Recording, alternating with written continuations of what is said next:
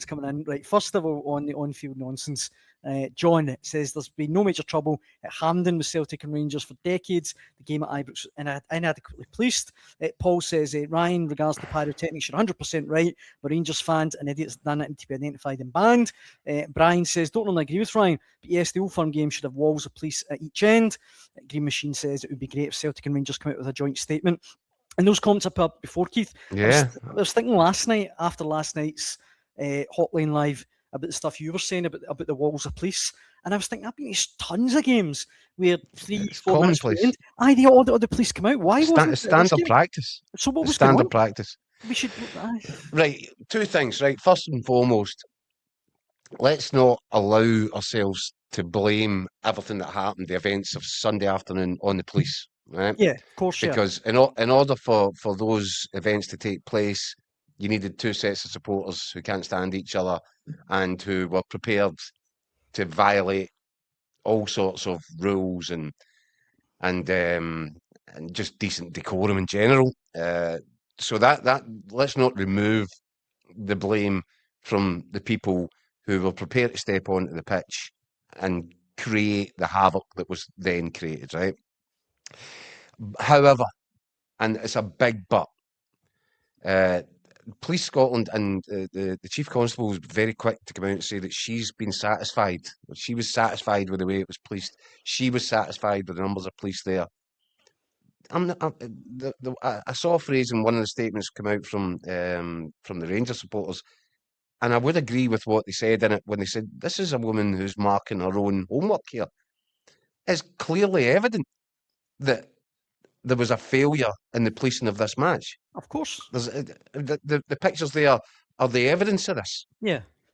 Now we've all seen the potential for disturbances and misbehaviour, terrible misbehaviour, and this is criminal misbehaviour. Some of what you're looking at there at these games, but the police have to know that. I fail to understand, for example, what Ryan was saying there, that outside the stadium, it wasn't even segregated the way it would normally be. And by the way, this is a police force that said, yep, you can have 7,500, then said to the Celtic fans, you need to be in the stadium for 10 a.m. I didn't see any evidence of that, by the way. I didn't see any evidence of that. I've got a wee anecdote about that, Keith, just very quickly. I was there outside the stadium for 10 a.m. For Record Sport. I was doing a lot of video work, and I was there to see the Celtic fans arrive because, as you say, Martin and Neil had said as well, they'd been asked to be there for 10. I got there for 10. There was nobody there.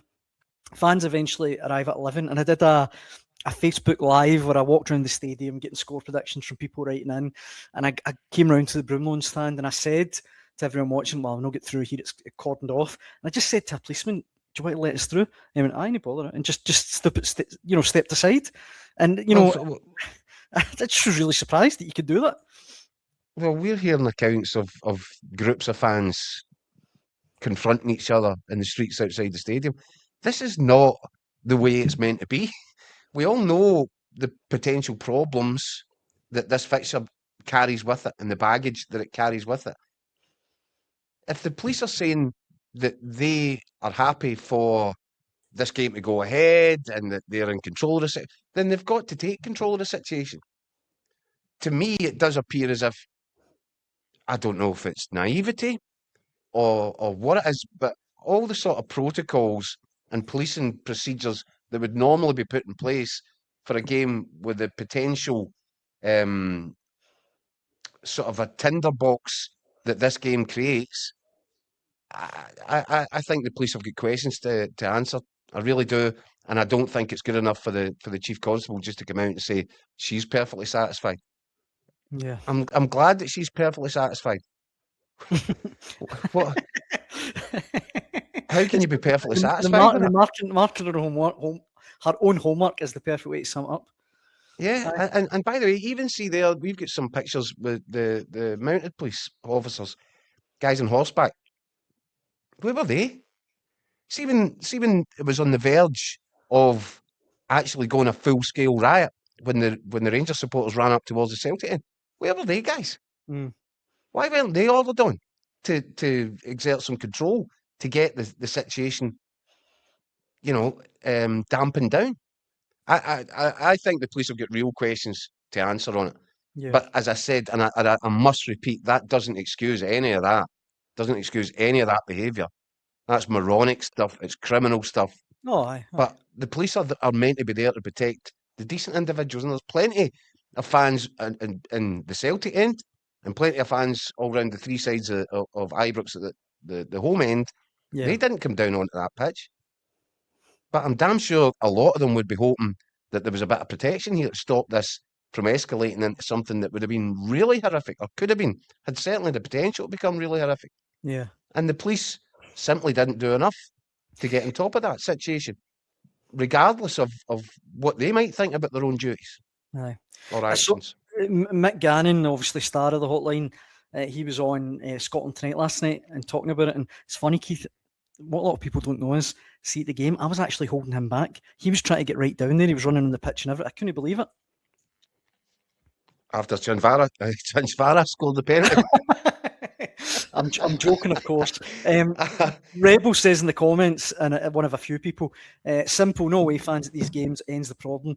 Look, that's. I mean, in fairness to both clubs, and even though they've acted like children themselves in some of the various guises of the board over the last wee while at both clubs, and particularly, some of the more recent Rangers boards, that it's not been a great. They've not helped in terms of trying to encourage better relations between both clubs. And I get that. Maybe some people think they'll never be, but we've been in better places than this in terms of this relationship. I do think that recently there's the change of ownership at Rangers. There is an opportunity here for people to bang heads together, figuratively speaking, and come up with better solutions. And I think we were trying really hard to move this fixture towards a place where it was going to be okay to increase the numbers, whether it was, whether that was too much too soon at the weekend. It's clearly, evidently was, but you still come back to it and say, well, what has changed? Yeah. Because Celtic used to get that allocation. We've never seen this before. No. Aye. Invading the pitch, because I think it's a cultural, a societal thing, and I keep coming back to it. We've got an element now who believe, well, I'll just do whatever the hell I want to do, whenever the hell I want to do it, and I don't care. There's no consequences for me. I'm just going to do it because that's what I feel like doing. Now, just a few years ago, when Celtic were getting the full allocation there, fans are smart enough to know, do you know what? I'll cause a real problem if I go on this pitch. Mm-hmm. This could become embarrassment. I could cause an issue. I don't know. Kind of general levels of behaviour seem to be all over the shop. And if they're not, maybe Daniel, back then they were looking at it going, well, if I jump on here, I'm getting nicked. Aye, But exactly. if there's no police, if there's no cordons there, I don't know. I think we've got it really badly wrong on a number of fronts here. Yeah. And that's why there needs to be some sort of overarching kind of investigation into, and it has to be honest, and people need to put their hands up and say, we should have done this better. We should have done that better. And the fans, the morons that jumped on looking to cause trouble, they've got to put their hands up and say, do you know what? We were an embarrassment. We shouldn't have done that either. I need to take a long look in the mirror. Aye, definitely.